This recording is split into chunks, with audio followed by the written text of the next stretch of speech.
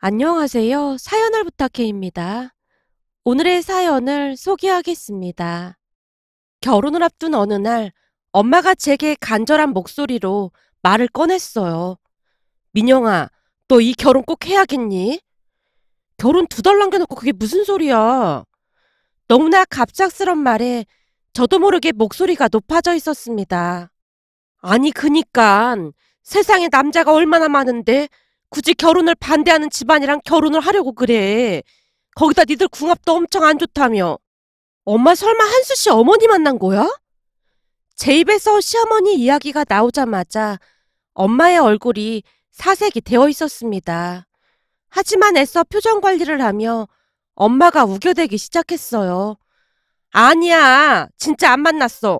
내가 그 사람을 왜 만나겠니? 근데 궁합 얘기는 어떻게 한 건데? 그 얘기는 한수진의 가족들이랑 나만 알고 있는 건데 엄마가 그걸 어떻게 알고 있냐고. 우리 모두 쉬쉬하고 있었는데. 제가 사나운 눈빛으로 엄마를 몰아붙이자 자포자기한 모양으로 엄마가 긴 한숨을 내쉬고 있었어요. 말이 나와서 하는 말인데 니들 궁합이 그렇게나 안 좋다며. 근데 어쩜 우리한테는 말 한마디 안 할 수가 있는 거니? 내가 네 예비 시어머니 얘기 듣고 경기할 뻔했잖니. 거봐, 한수씨 어머니 만난 거잖아. 네가 지금 그런 말을 할 때가 아니잖아. 니들 둘이 결혼하면 네가 비명 행사를 할 수도 있다는데 그런 소리를 들으면서까지 왜 굳이 결혼을 하려고 하느냐 그 말이야. 비명 행사라는 단어를 말할 때 엄마의 얼굴이 더욱 새하얗게 질려 있었는데요. 엄마의 심정이 이해가 되지 않았던 것은 아니었습니다. 어느 날 갑자기 딸이 비명 행사를 할 수도 있다는 소리를 듣고 어떤 엄마가 아무렇지도 않을 수가 있을까요? 엄마가 너무나 겁에 질려있는 모습이었기에 급기야는 제가 엄마를 달래야만 했어요. 엄마, 그니까 내가 한수씨 어머니 따로 만나지 말라고 했잖아. 근데 한수씨 말로는 그거 다 거짓말이래. 그냥 우리 결혼 반대하려고 한수씨 어머니가 일부러 그러는 거래. 전에도 한수씨가 사귀던 여자랑 헤어지게 하려고 똑같이 그랬다고 하더라고. 그니까 너무 신경 쓰지 마. 아니 대체 엄마가 돼서 왜 아들 결혼을 막으려고 그 난리라니? 그러게 말이야. 그래서 한수 씨 가족들도 다들 답답해 하더라고. 한수 씨 아버지도 그렇고 누님도 그렇고 한수 씨 어머니랑 무진장 다투고 있는 모양이야. 그니까 엄마도 너무 신경 쓰지 마. 그럼 한수 전 여친이랑도 헤어진 게 한수 어머니 때문에 그런 거란 말이야? 그렇다고 하더라고. 그것 때문에 한수 씨네 발칵 뒤집어지고 난리도 아니었대. 근데 한수 씨 어머니 빼놓고는 다른 가족들은 다 좋은 분들이라 그거 믿고 결혼 결심한 거야. 아버님이랑 누님이랑은 세상에 그런 분들이 없다고 할 정도로 좋은 분들이거든.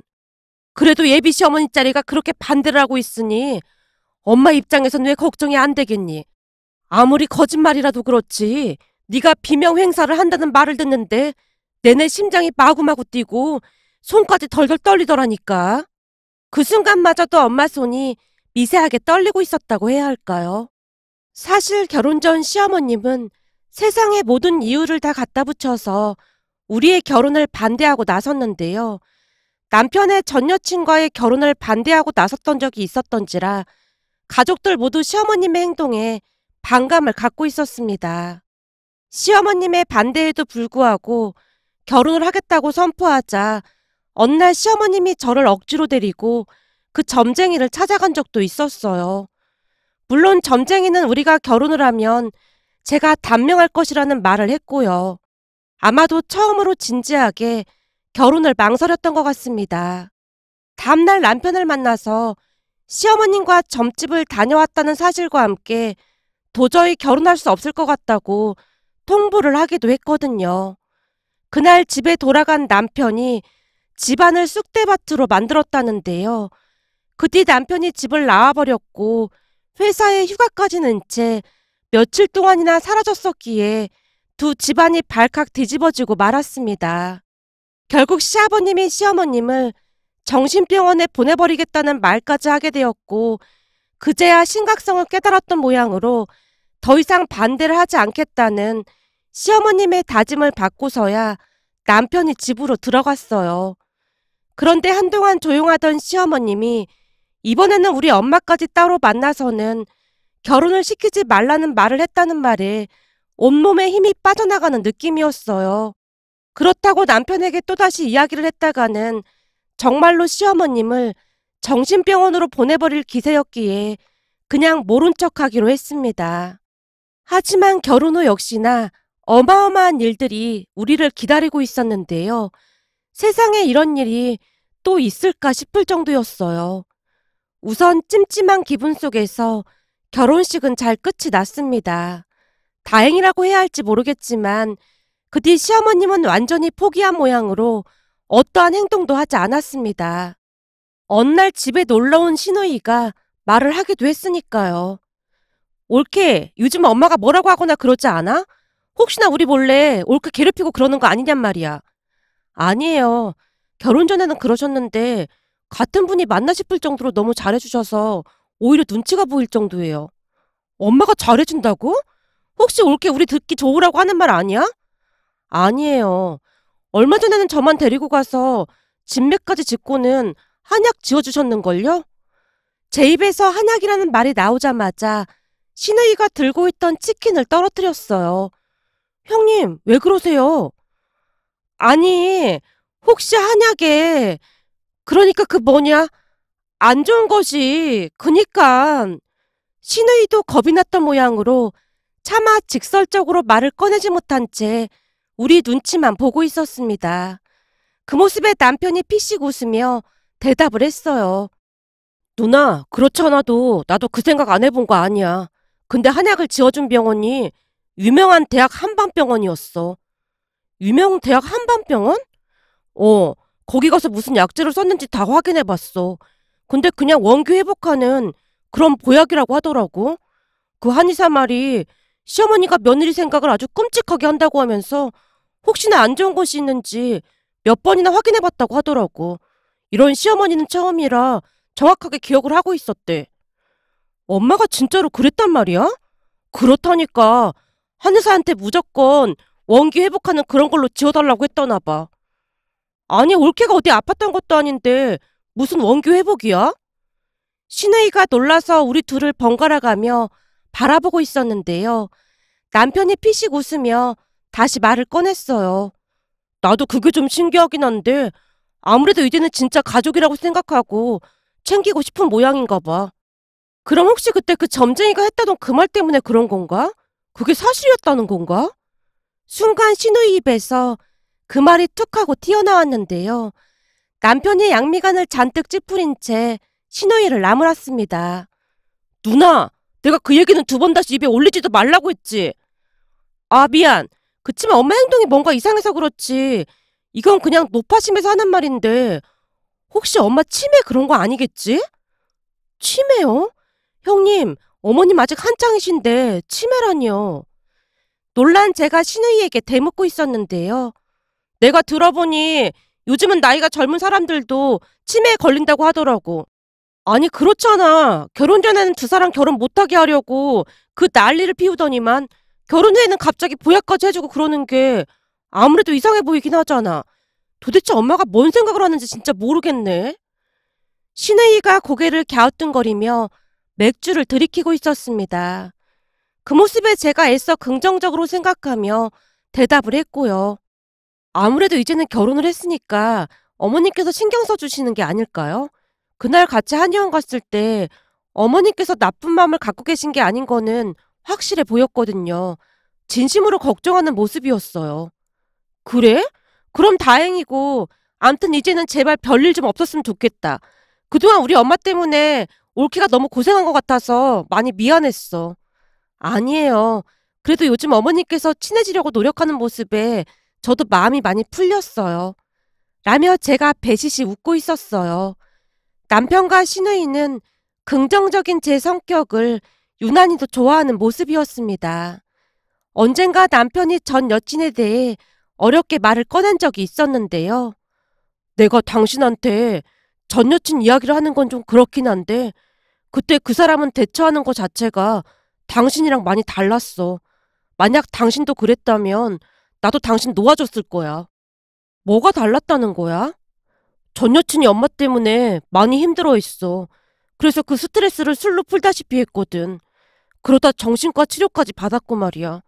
그렇게 힘들어하는 사람을 놓아줘야 한다는 생각만 들었어. 나중에는 그 사람이 자기 좀 놓아달라고 울고불고 난리도 아니었고 말이야. 근데 당신은 항상 긍정적으로 생각하려고 했고 그런 게 나한테 많은 힘이 됐어. 아마 당신이랑 헤어졌다면 난 다시는 결혼 같은 거 생각도 안 했을 거야. 그래서 당신한테 너무 고맙고 그래. 난 그냥 최대한 이성적으로 생각하려고 노력했을 뿐이야.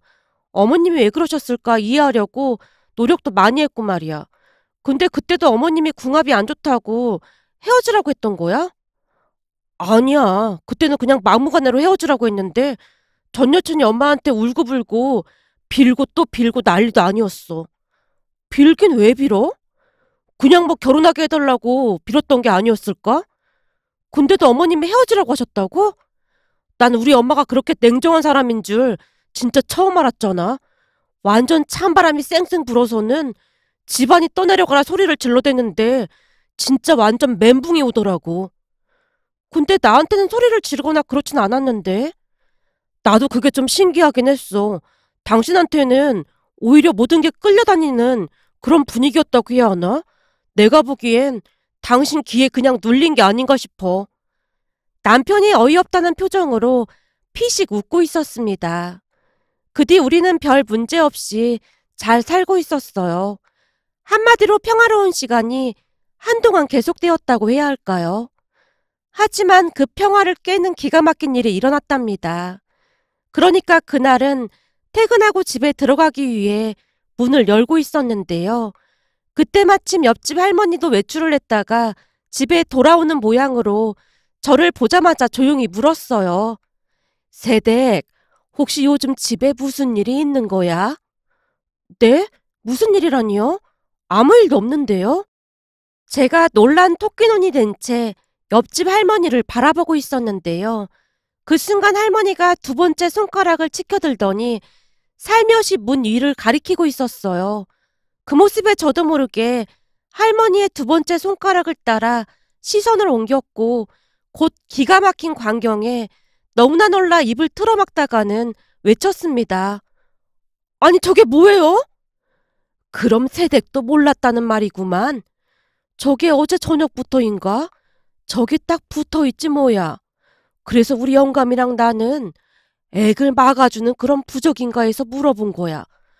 우리는 성당을 다니다 보니 부적 저런 거 보면 조금 소름이 끼치고 그래서 말이야. 저희도 부적 그런 거 안 믿거든요. 근데 누가 붙여놨을까요? 저는 부적을 이렇게 가까이서 보는 것도 처음이에요. 그렇구만. 내내 없다가 난데없이 저렇게 붙어있으니 우리도 좀 이상하긴 했어. 근데 누가 몰래 붙여놓고 간 거라면 확인을 좀 해보는 게 어떨까 싶어.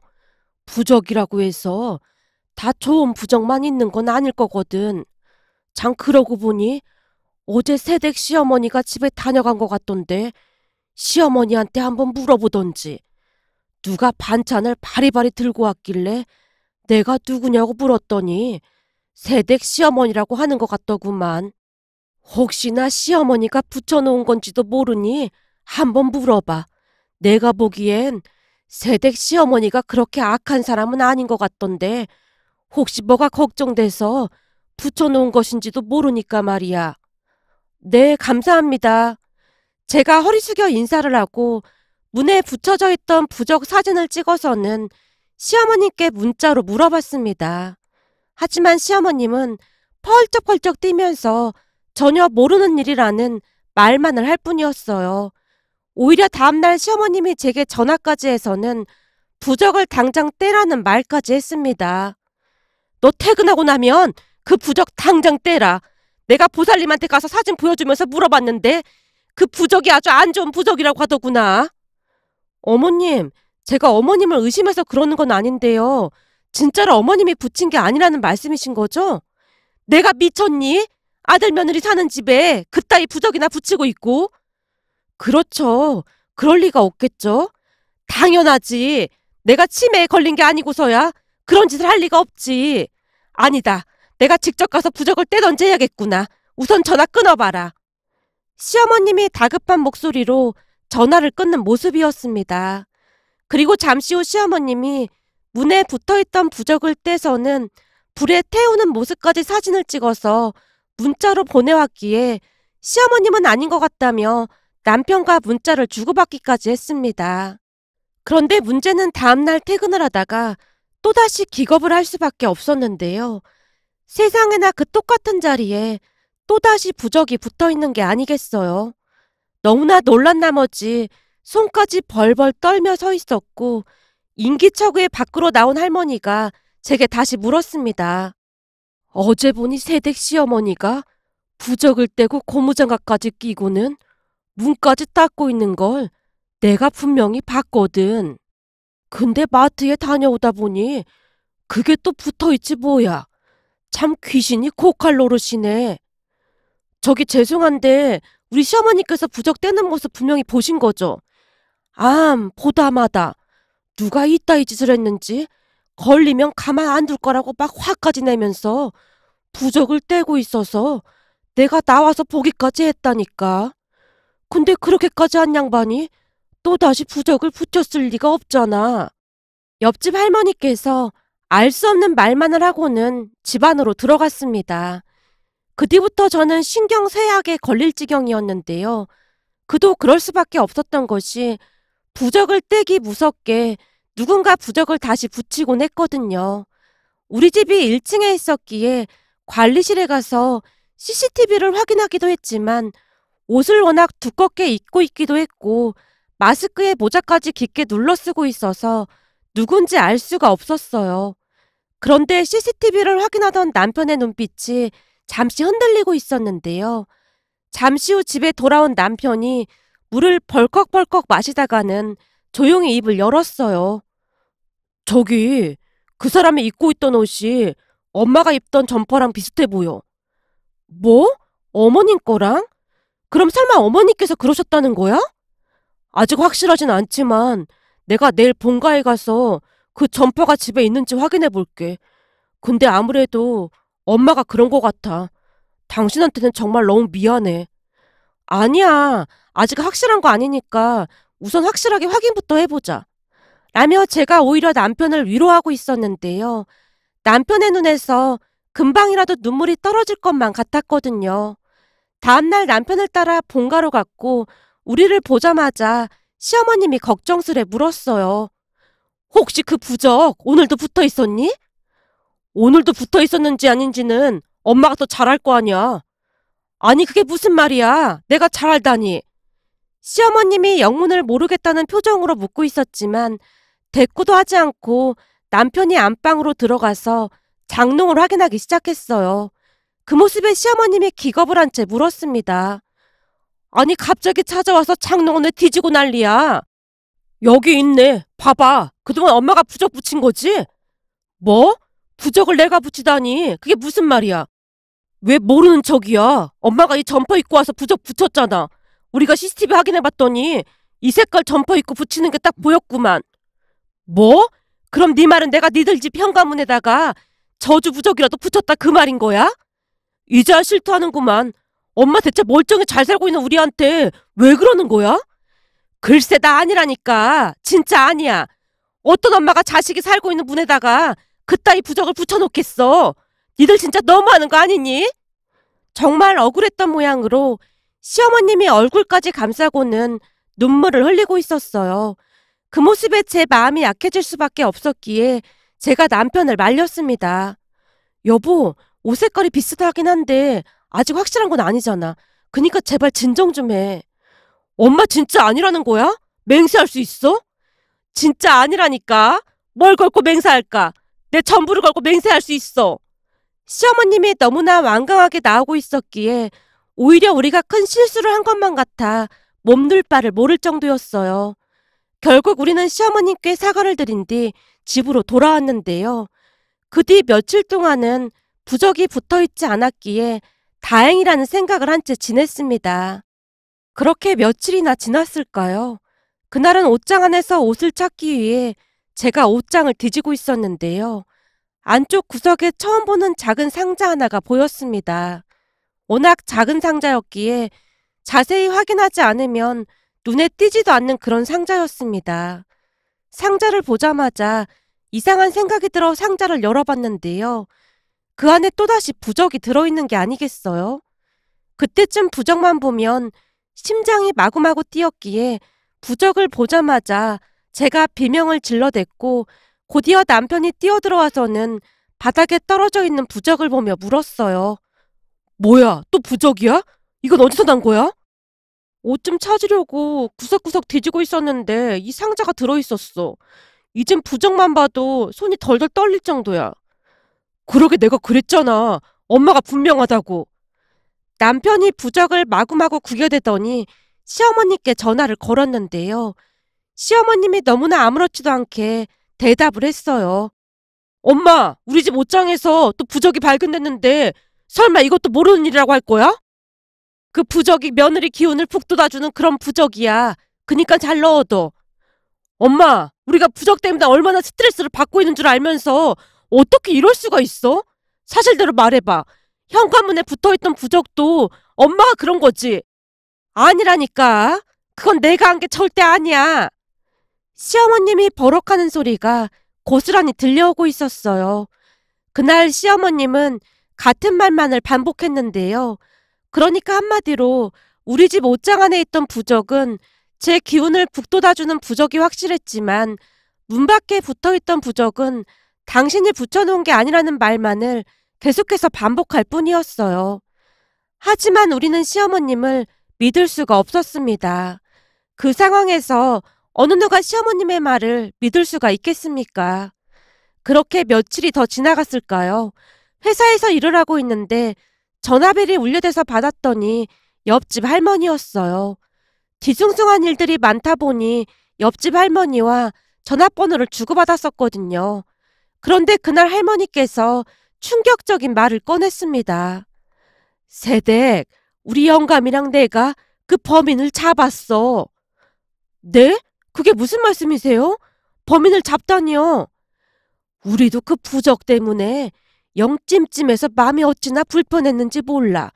그래서 우리 영감이랑 내가 비상대기조를 해서 범인이 자주 출근했던 시간에 인터폰을 통해 내내 밖을 내다보고 있었거든. 아니 힘드셨을 텐데 뭐하러 그러셨어요? 그렇잖아도 우리도 방법을 알아보고 있었거든요. 근데 우리 시어머님이 범인인 것 같아서 이러지도 저러지도 못하고 있었어요. 제가 근심 가득한 목소리로 말을 하고 있었는데요. 옆집 할머니께서 기가 막힌 말을 꺼내줬어요. 뭔 소리를 하는 거야? 시댁 시어머니라니. 우리가 교대로 인터폰으로 밖으로 확인하고 있었는데 어떤 여자가 새댁네 집 앞에서 어슬렁거리고 있길래 우리 영감이 막대걸레까지 들고 튀어나갔더니 역시나 부적을 붙이고 있지 뭐야. 근데 이 여자가 우리 영감을 보자마자 그 자리에서 토끼더라 그 말이야. 그래서 영감이 막 소리를 지르면서 그 여자 뒤를 쫓아갔는데 라며 옆집 할머니께서 자세히 말을 해줬는데요. 젊은 여자가 부적을 붙이고 있는 모습에 할아버지께서 도둑이야! 도둑이야!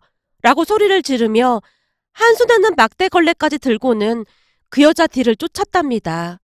그런데 너무나 당황했던 나머지 냅다 도망을 가다가는 여자가 도중에 철퍼덕하고 넘어졌다고 하네요. 그런 여자를 경비 아저씨와 할아버지가 잡았고 말이죠. 잡히자마자 여자가 싹싹 빌어대더랍니다. 그냥 장난이었습니다. 제발 경찰에 신고나 하지 말아주세요. 당신 대체 왜 남의 집 문에다가 부적을 붙인 거야? 당신 때문에 우리 아파트 사람들이 다들 얼마나 심란했는 줄 알기나 해? 경찰서 가기 싫으면 우선 이름하고 전화번호 대. 우리도 알고는 있어야 하니까. 경비 아저씨가 경찰에 신고한다고 그 여자에게 다그치자 어쩔 수 없다는 듯이 쭈뼛쭈뼛 신분증을 보여주더랍니다. 그렇게 여자의 신분과 연락처를 확인한 뒤 우선은 돌려보냈다는데요. 경찰에 신고를 하자니 피해 당사자가 아니기도 했고 부적을 붙였다고 신고를 하기가 조금 애매했던 모양으로 우선 우리한테 연락을 한 것 같았어요. 한참을 설명하던 할머니께서 제게 물었습니다. 혹시 새댁 말이야? 김은이라고 알아? 새댁이 아는 사람인 거야? 김은이요? 아니요. 저는 모르는 사람인데요. 그래? 암튼 그 여자 이름이 김은이라고 하니까 한번 잘 알아봐. 우리가 그 여자한테 받은 전화번호도 남겨놓을게. 라며 할머니가 제게 김은이라는 여자 인적사항과 함께 전화번호를 남겨줬어요. 여자의 인적사항을 알게 된 제가 급히 남편에게 아는 사람인지 문자를 남겼는데요. 문자를 확인한 남편이 제게 바로 전화를 걸어왔어요. 여보, 김은이가 확실하대? 옆집 할머니 말씀으로는 그래. 근데 당신이 아는 사람이야? 제가 묻고 있었지만 남편이 긴 한숨만 내쉬고 있을 뿐이었어요. 답답한 마음이 들어 제가 다시 물었습니다. 혹시 당신이 아는 사람이야? 김은이가 확실하다면 내 전 여친이야. 뭐? 그때 어머님 반대로 헤어졌다던 그 여자 말하는 거야? 말도 안 돼. 근데 그 여자가 왜 우리 집 문에다가 부적을 붙여놔? 그럼 설마 어머님 때문에 헤어져서 앙심을 품고 그랬다는 건가? 저기, 내가 그 여자랑 통화 좀 해봐도 될까? 당연히 해봐야지. 그리고 어떻게 처리할 건지도 잘 생각해봐. 난 오늘 퇴근하고 어머님께 찾아가 봐야겠다. 어머님께 죄송해서 어쩌냐? 제가 남편에게 말을 하고 있었지만 남편은 제 말을 제대로 듣고 있는 것 같지 않아 보였습니다. 하지만 저는 시어머님께 어떻게 사과를 드려야 하나 그 생각뿐이었기에 남편과 전화를 끊고 시어머님께 전화를 드렸는데요. 어머님, 그동안 저희가 오해를 했던 것 같습니다. 정말 죄송합니다. 오늘 그 범인이 잡혔어요. 뭐? 범인이 잡혔어? 대체 그 범인이 누구냐? 누가 그따위 짓을 한 거야? 저기 그게 김원이라는 사람이라고. 어머님도 아는 사람이죠? 뭐? 김원이? 라는 외침과 함께 시어머님이 휴대폰을 놓친 것인지 둔탁한 소리가 들려왔습니다. 어머님, 괜찮으세요? 예, 너 오늘 몇 시에 끝나니? 이따가 나 좀 만나자.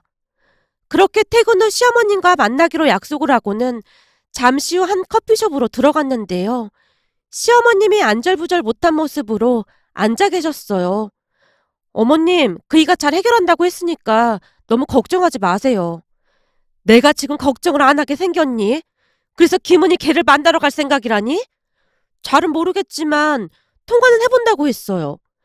그따위 인간을 뭐하러 만난다고 그래? 절대 못 만나게 해야 한다. 어머님, 말이 나와서 말인데 그때 그 여자 왜 반대하신 거예요?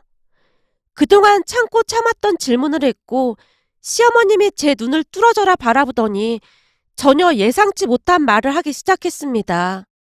니들이 잘 모르는 게 있어. 사실은 내가 반대하고 싶어서 반대한 게 아니다. 네? 그이랑 형님 말로는 어머님께서 결사 반대하셨다고 하던데요? 그게 반대를 한 게 맞긴 한데 그 이유가 있어. 사실은 그 김은희한테 우리 아들 말고 다른 남자가 있었다. 네? 남자요? 어느 날 우연히 마주쳤는데 둘이서 팔짱까지 끼고 민망하게 어디서 나오더구나. 그래서 내가 추궁을 해봤더니 둘이 이미 오래전부터 사귀던 사이였단다. 아니 그럼 둘이 결혼을 하면 되는 거지. 왜 우리 남편까지? 그 이유가 아주 기가 막혀. 내가 노발대발하니까 나중에 나한테 사실대로 실토를 했는데 우리 아들이 경제력도 있고 가진 게 많아서 그랬다는구나. 그런데 왜 저희한테 사실대로 말씀을 안 하신 거예요? 너도 나중에 엄마가 돼봐. 그렇게 죽고 못 살던 여자한테 다른 남자가 있다고 하면 우리 아들이 얼마나 상처를 받겠니? 너도 알다시피 우리 아들이 많이 예민하잖니? 그래서 그 사실만은 숨기고 싶었던 거야. 그래서 궁합 얘기까지 하면서 반대를 하신 거예요? 사실 둘이 결혼 전에 궁합을 봤었는데 보살님이 하는 말이 여자가 끼가 엄청 많다고 했었다. 그 말이 맞을 줄 누가 알았겠니? 그치만 궁합만으로 반대할 생각은 없었다. 그 모든 잘못은 걔가 한 거야. 생각해봐라. 다른 남자가 있는 거 뻔히 알면서 우리 아들이랑 결혼을 어떻게 시키겠니? 너무나 충격적인 진실 앞에서 제 말문이 막히고 말았는데요. 그 순간 한 가지가 더 궁금해지기 시작했습니다. 어머님, 그럼 혹시 저를 반대한 이유도 알 수 있을까요? 그거야 내가 몇 번이나 말했잖니. 니들 결혼하면 너한테 안 좋다고 했다니까. 사실 그 전까지는 궁합 그런 거 그냥 재미로 보고 말았는데 그 보살님이 하는 말이 딱 들어맞은 뒤로 나도 모르게 빠져들게 됐다. 이게 다 김은희 그것 때문이야. 내가 그때 받은 충격을 생각하면 지금도 치가 떨린다. 시어머님이 앞에 있던 음료수를 벌컥벌컥 들이키고 있었습니다. 그럼 그 보살이 진짜로 제가 비명 행사한다 그래서 그런 거예요? 그렇다니까. 너도 생각해봐라. 그때 김은희 일도 딱 맞췄던 그 보살님이 니들 둘이 결혼하면 우리 아들이 네 길을 다 가져간다고 하는데 그 소리 듣는 내 마음이 어떻겠니? 그럼 저희 집 옷장 안에 있던 부적도 그래서 넣어주셨던 거예요? 그래. 그 부적이 있으면 조금이나마 너한테 기운을 북 돋아준다고 하길래 내가 엄청 비싼 돈 주고 그 부적 쓴 거야. 근데 그걸 냅다 버려서 어찌나 속이 상하던지. 시어머님이 안타까운 표정으로 다시 음료수를 들이키고 있었는데요. 그제서야 모든 사실들이 밝혀졌기에 황당하기도 하고 맥이 풀리기도 했습니다. 결혼을 하고 난 뒤 바로 한약을 해주신 이유도 알겠더라고요. 그렇게 남편에게 모든 진실을 털어놨고 말을 듣던 남편이 많이 놀란 듯해 보였습니다. 난 그런 줄도 모르고 엄마만 원망했던 거네. 당신 입장에서는 그럴 수밖에 없었던 거잖아. 근데 어머님 입장도 이해가 되긴 하더라고. 역시나 자식을 생각하는 엄마 마음은 감히 따라갈 수가 없네. 근데 김은이랑 통화는 해본 거야? 김은이 그 여자 진짜 악질 중에 악질이야. 시종일관 우리 엄마한테 앙심 품고 그랬다고 했거든. 어머님이 김은이한테 그랬다고 하더라고. 당신한테 절대 남자 있다는 거 말하지 말아달라고. 한마디로 그걸 빌미로 어머님이랑 당신 협박한 거나 마찬가지야. 제 말에 남편이 온몸을 부들부들 떨고 있었습니다. 다음날 남편이 김은희 어머니란 사람과 통화를 해서는 모든 사실을 다 말을 했습니다. 김은희 어머니가 놀란 채 몇 번이나 사과를 했다고 하네요. 저기 정말 미안하네. 우리 은희가 자네랑 헤어지고 난 뒤 정신이 좀 오락가락하네. 사실 그 만나던 남자가 자네랑 헤어진 거 알고 돈 나올 구석이 없는 것 같아 보였던지 돈까지 싹 다 가지고 날랐거든. 그 바람에 우울증까지 걸려서 한동안 치료받고 난리도 아니었네. 근데 자네가 결혼한다는 소식을 듣고 오더니 상태가 더 안 좋아졌어. 그래서 병원에 가서 잘 치료받도록 하고 있었는데 그러고 있는 줄은 진짜 몰랐네. 앞으로는 우리가 절대 못 가게 할 테니까 제발 한 번만 용서해주면 안 되겠나? 지금 우리 은희가 정신이 온전치가 않거든. 이라며 그동안 있었던 이야기를 자세하게 해주더랍니다. 그 뒤 김은희가 사실대로 실토를 했다는데요. 우리 시댁 위치를 알고 있었던지라 시댁 근처에 숨어 있다가는 우리 시어머님을 미행해서 우리 집 위치까지 알아냈다고 하네요. 그런데 김은희가 얼마나 치밀했느냐 하면 말이죠. 우리 시어머님과 비슷한 옷까지 사서 입고는 그런 짓을 했다고 합니다. 그 말에 우리 모두 소름이 끼칠 정도였답니다. 결국 김은희 가족들이 김은희를 정신병원에 입원시켰다고 들었습니다. 그리고 너무나 무서웠던 나머지 우리는 다시 이사까지 했고요. 이사를 하면서 옆집 할머니 할아버지께 선물을 드리고 왔는데요. 그새 정이 많이 들었던 것인지 두 분 다 너무나 서운해하셨습니다. 그렇게 시어머님과의 모든 오해를 풀 수가 있었답니다. 시어머님도 엄연한 피해자였던 것이 김은희로 인해 너무나 큰 충격을 받았던지라 감히 그 충격을 가늠할 수가 없을 정도였다고 했으니까요. 그 뒤 우리는 다른 유명한 사주 전문가를 찾아가서 다시 궁합을 봤는데요. 우리 부부가 아주 천생연분으로 잘 살 거라는 분도 있었고 궁합을 봐주는 사람마다 조금씩 말이 달랐습니다. 그제서야 안심이 된다는 듯이 시어머님이 조용히 말을 꺼냈어요. 내가 그 김은희 때문에 정신이 반쯤 나가서 무당 말을 너무 많이 믿었던 것 같구나. 어쩜 가는 곳마다 궁합이 다 다를 수가 있어. 그래도 가는 곳마다 제가 비명 행사한다는 말은 없었잖아요. 내가 그 얘기 듣고 얼마나 심장이 뛰었는지 니들은 모를 거야. 그래서 정 같은 거 너무 맹신하지 말라고 하잖아요. 진작에 몇 군데 더 다녀볼 것을 그동안 마음고생한 거 생각하면 아직도 잠이 안 와. 그제서야 시어머님이 수줍게 미소 짓고 있었습니다. 그 뒤 우리는 엄마와 딸처럼 아주 잘 지내고 있답니다. 얼마 전에는 제가 시부모님 보약을 지어드리려 다녀왔었는데요. 세상에 이런 일이 또 있을까 싶어서 이렇게 사연 보내봅니다. 오늘의 사연은 여기까지였습니다. 즐겁게 보셨다면 구독, 좋아요 부탁드립니다. 고맙습니다.